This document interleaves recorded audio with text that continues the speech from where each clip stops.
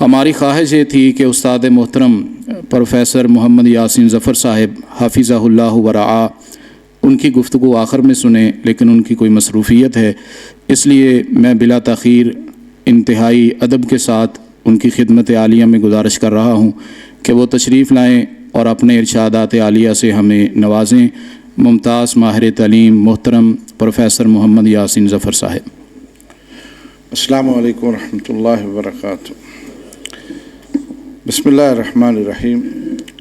نحمدہ ونصلی ونسلم علی رسولہ الکریم، اما بعد۔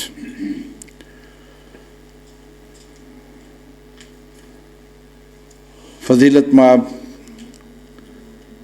علماء و مشائخ، اساتذہ کرام، سب سے پہلے تو میں جمعیت اساتذہ، ان کے منتظمین، مسئولین سب کا تہ دل سے شکر گزار ہوں، جنہوں نے اپنا یہ انتہائی خوبصورت پروگرام جامعہ سلفیہ میں منعقد کرنے کا پروگرام بنایا، اور ساتھ ہی میں اپنی جانب سے اور اساتذہ، طلباء اور انتظامیہ کی جانب سے آپ سب کو یہاں تشریف آوری پر خوش آمدید بھی کہتا ہوں۔ اور میں یہ جانتا ہوں کہ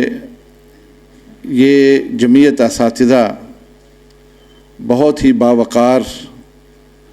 اور بہت ہی محترم حضرات پر مشتمل یہ جمعیت ہے، اور اس میں آپ تمام حضرات جتنے بھی شریک ہیں عالی دماغ ہیں، اور آپ کے اندر بہت ساری خصوصیات پائی جاتی ہیں۔ معاشرے میں یوں تو بہت سارے اسکول بھی ہیں، کالج بھی ہیں، یونیورسٹیاں بھی ہیں، لیکن ان میں جو اساتذہ خدمت سر انجام دینے والے ہیں، ان کی نسبت آپ کا امتیاز یہ ہے کہ آپ نے دینی تعلیم بھی حاصل کی ہوئی ہے، اور اکثریت آپ کی کسی نہ کسی جگہ خطیب بھی ہے، اور درس بھی دیتے ہیں، بہت سارے پروگراموں میں جاتے ہیں، محض اسکول، کالج یا یونیورسٹی میں نہیں پڑھاتے بلکہ معاشرے کے ساتھ آپ منسلک ہیں۔ اور جو لوگ معاشرے کے ساتھ منسلک ہوتے ہیں انہیں یہ معلوم ہوتا ہے کہ معاشرہ کیا تقاضے کرتا ہے، اور ان کے کیا مسائل ہیں، کون سی ان کی مشکلات ہیں، کس طرح سے ان کا حل کیا جا سکتا ہے۔ اور میرے خیال میں آپ اس میں بہت اچھا کردار ادا کرتے ہوں گے، اس لیے کہ جہاں کہیں بھی آپ کا حلقہ ہے، جس محلے میں، جس کالونی میں، جس بستی میں آپ خطیب ہیں یا امام ہیں یا آپ وہاں رہائش پذیر ہیں، تو گرد و نواح کے اس ماحول کو بھی آپ یقیناً بہتر سے بہتر بنانے میں اپنا کردار ادا کرتے ہوں گے۔ کوئی شک نہیں ہے کہ ایک استاد کی حیثیت سے آپ کے پاس طلباء کی ایک جماعت ہوتی ہے جن کے ساتھ آپ منسلک ہیں۔ یہ مادیت کا دور ہے، اور لوگوں کے ذہن میں یہ بات بیٹھی ہوئی ہے کہ اب خاص طور پر پاکستان میں کہ یہاں کوئی بھی کام وہ کیا جا سکتا ہے، اور اگر جیب میں پیسے ہیں تو آپ کے لیے کوئی مشکل نہیں، کوئی رکاوٹ نہیں۔ وجہ اس کی یہی ہے کہ وہ اساتذہ جو یونیورسٹیوں میں یا کالجوں میں پڑھاتے ہیں، طلباء کے ذہن میں ان کے بارے میں تصور مختلف ہوتا ہے دینی مدارس کی نسبت سے، یا آپ کے ہاں جو پڑھ کے آپ گئے یا آپ کے تصورات میں دیانتداری سے یہ بات سمجھتا ہوں کہ آپ کے فرائض میں یہ بات شامل ہے کہ آپ اس سوچ کو بدلیں، اور جہاں تک ہو سکے اپنی کلاسوں میں یا اپنے حلقے میں اس سوچ کو تبدیل کریں۔ سکول، کالج کی تعلیم وہ ایک پیشہ ور تعلیم ہے جو کہ طلباء حاصل کرتے ہیں، اور اس کی بنیاد پر ہی وہ ملازمت اختیار کرتے ہیں، اور ان کا بنیادی مقصد بھی یہی ہوتا ہے کہ ہم پڑھیں گے، ڈگری لیں گے اور کہیں ملازمت کریں گے۔ اور آپ دیکھتے ہیں کہ یہی ایک دوڑ لگی ہوئی ہے اور اسی میں وہ سارے لوگ مگن ہیں۔ وہاں اخلاقیات یا دیگر چیزوں کی اتنی اہمیت نہیں ہے جتنی اس کے نمبر آنے پر، اس کی ملازمت کا اہتمام ہونے پر اس کی فکر ہے۔ حالانکہ بطور معلم کے آپ کے فرائض میں شامل ہے کہ آپ جہاں تعلیم دیتے ہیں ان کی انسانی سازی کا کام بھی کریں، ان کے کردار کو بھی بہتر بنائیں، اور پڑھا لکھا نوجوان اگر اس کا اخلاق اچھا ہے، اس کی تربیت اچھی ہے، وہی معاشرے کے لیے کارآمد ہے۔ لیکن پڑھا لکھا ہے، سند یافتہ ہے، لیکن اخلاقی طور پر وہ کمزور ہے، اس میں وہ خوبیاں نہیں ہیں، وہ معاشرے کے لیے ناسور ہے، وہ کوئی کردار ادا نہیں کر سکتا۔ اور آج ہمارے ہاں جو مسائل ہیں، معاشرتی مسائل ہیں، اس کی وجہ یہی ہے کہ پڑھنے کے بعد پہلے سے ہی یہ طے کیا ہوتا ہے کہ ہم نے اپنا یہ ہدف پورا کرنا ہے، اور ہدف وہ مادی ہوتا ہے۔ وہ کسی بھی بڑے سے بڑے منصب پر بھی چلے جائے، وہ ہرس، وہ لالچ،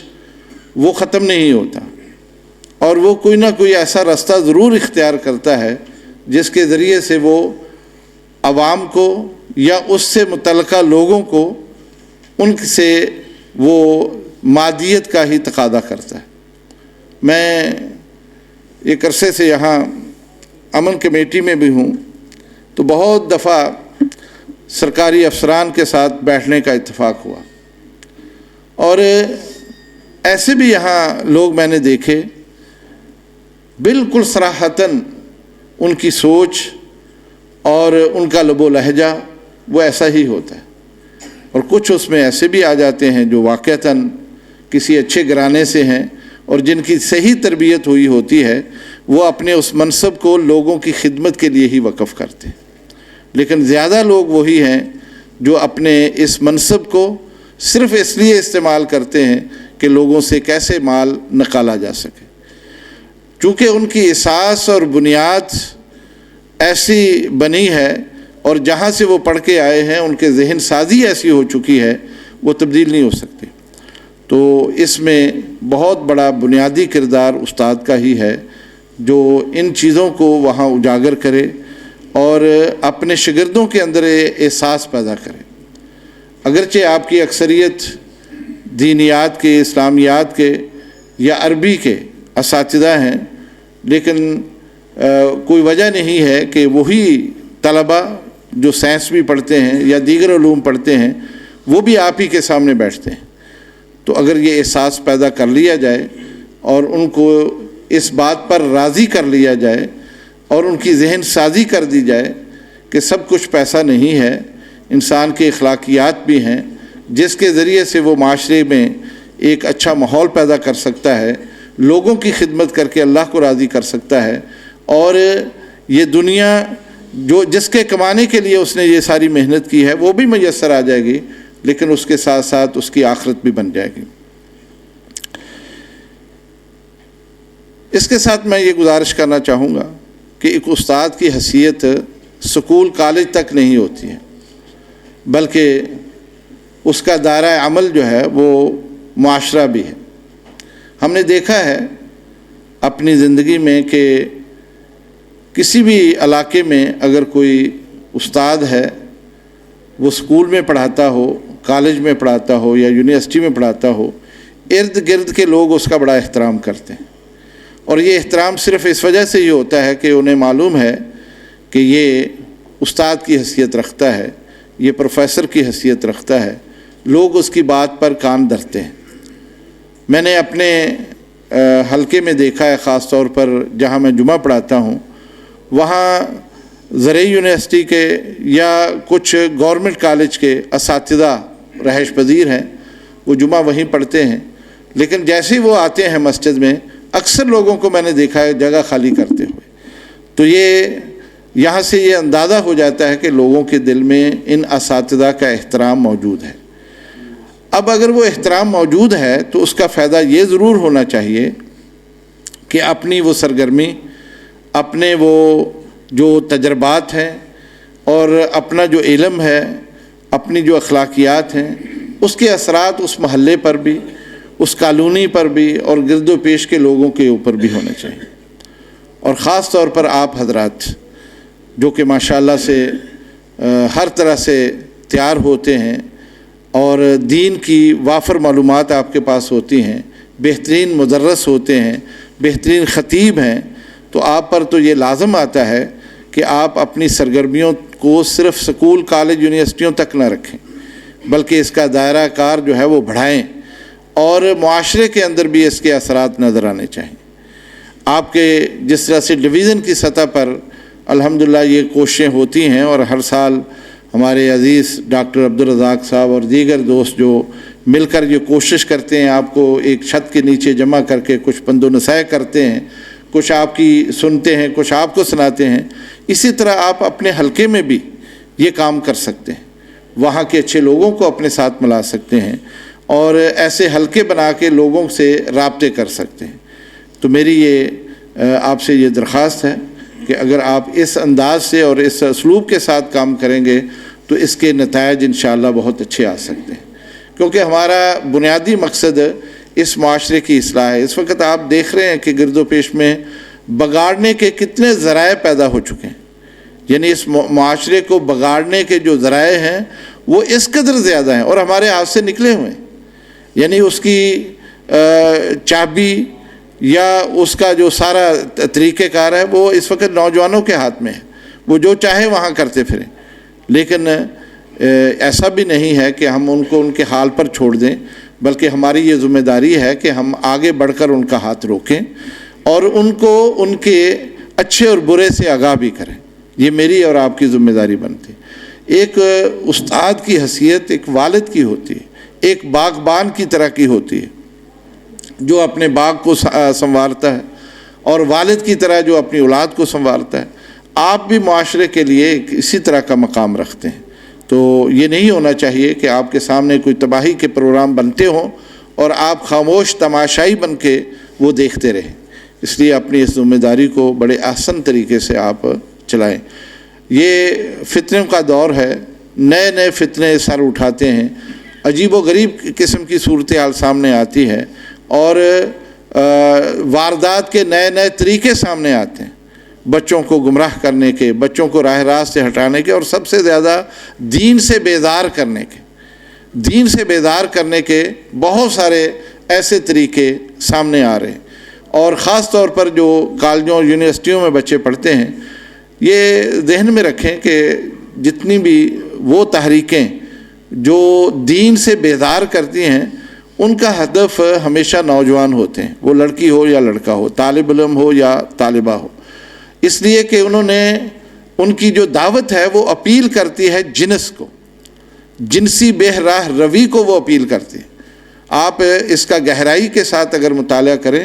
تو آپ کو پتہ چلے گا دو چیزیں وہ خاص طور پر نشانے پہ لے کے آتی۔ ایک عبادت میں سہولت وہ دیتے ہیں، عبادت جو ہے، جو فرائض جن کو ہم شمار کریں اس میں سہولت دیتے ہیں، اور دوسرا جنسی بے راہ روی کے لیے وہ رستے نکالتے ہیں۔ اور ایک جوان آدمی کے لیے، جوان عورت ہو یا مرد ہو، کوئی بھی ہو، اس کے لیے یہی دو چیزیں پرکشش ہوتی ہیں۔ تو اس لیے ان چیزوں کو بھی مد نظر رکھنے کی ضرورت ہے۔ آپ حضرات اس امت کے حکیم ہیں اور معالج ہیں، اور حکیم اور معالج بڑی حکمت کے ساتھ، دانائی کے ساتھ ان تمام چیزوں کا علاج کرتا ہے اور وہ قربانی بھی دیتا ہے۔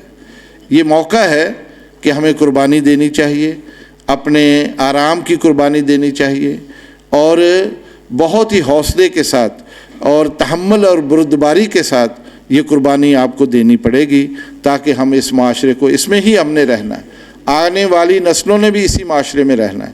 جتنا یہ معاشرہ اچھا ہو جائے گا، صالح ہو جائے گا، ہماری آنے والی نسلیں وہ بھی بہتر ہو جائیں گی۔ تو میں یہ توقع کرتا ہوں جو احساسات ہم بھی اس سوسائٹی میں، اس معاشرے میں دیکھتے ہیں، وہی میں نے آپ کے سامنے رکھے ہیں۔ امید ہے انشاءاللہ آپ پوری توجہ کے ساتھ، اور میں خاص طور پر پروفیسر ڈاکٹر نصر اللہ صاحب سے بھی گزارش کروں گا کہ اہداف مقرر کر کے آپ اس کو ہر فرد تک پہنچائیں تاکہ وہ اس ہدف کو حاصل کرے اور اس ہدف کے بارے میں پھر ان سے پوچھا بھی جا سکے کہ آپ نے کس حد تک اس کو کامیاب کیا ہے. تو مجھے امید ہے انشاءاللہ آپ ان میری معروضات پر غور بھی کریں گے اور آئندہ کے لیے کوئی اچھا لائحہ عمل بنا کے کام بھی کریں گے. اقول قولی ھذا استغفر اللہ لی ولکم.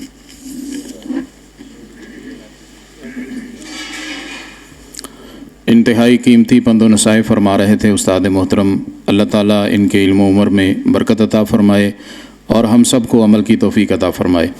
حضرات گرامی قدر اطمینان سے تشریف رکھیں. میں بقیہ شیڈول آپ کے سامنے رکھنے لگا ہوں. صبح کچھ ہم تاخیر کا شکار ہو گئے. ابھی آپ احباب کی خدمت میں اسی جگہ چائے پیش کی جائے گی، لیکن وقت کو بچاتے ہوئے ساتھ گفتگو بھی جاری رہے گی. نماز ظہر کا وقت ہو جائے گا، اذان ہوگی، ہم وضو کریں گے، نماز ظہر ادا کریں گے اور نماز ظہر کے متصل بعد آپ تمام معزز اساتذہ کرام کی خدمت میں گزارش ہے کہ آپ فوری تشریف لائیں. انتہائی اہم گفتگو جو جمعیت اساتذہ کے مرکزی قائدین ہیں ان کی ہوگی. ہمارے محترم پروفیسر عطاء الرحمن ظہیر صاحب،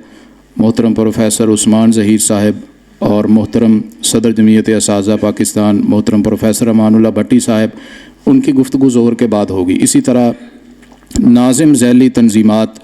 انتہائی محترم ڈاکٹر پروفیسر ذیلی تنظیمات کے ناظم وہ بھی تشریف لا رہے ہیں. عبدالغفور راشد صاحب، ان کی گفتگو بھی ہوگی. ابھی بقیہ پروگرام کو آگے چلانے کے لیے میں گزارش کرتا ہوں محترم برادرم رضوان صاحب سے، وہ آتے ہیں اور بقیہ پروگرام آگے چلاتے ہیں. ظہر کی نماز کے متصل بعد آپ احباب فوراً تشریف لائیں. محترم استاد پروفیسر یاسین ظفر صاحب، ان کی خدمت میں ایک شعر عرض کر کے آگے چلاتا ہوں کہ ہمارے یہ محترم استاد بلا مبالغہ ہزاروں اور پھر آگے ان سٹوڈنٹس کے جو شاگرد ہیں وہ لاکھوں میں چلے جاتے ہیں، جن کے سرپرست بھی ہیں، جن کے استاد بھی ہیں اور جن کا فیض صرف پاکستان نہیں بلکہ دنیا بھر کے مختلف ممالک میں پھیل رہا ہے. تو ان کے لیے عرض ہے کہ رکے تو چاند چلے تو ہواؤں جیسا ہے، رکے تو چاند چلے تو ہواؤں جیسا ہے، وہ ایک شخص جو دھوپ میں چھاؤں جیسا ہے.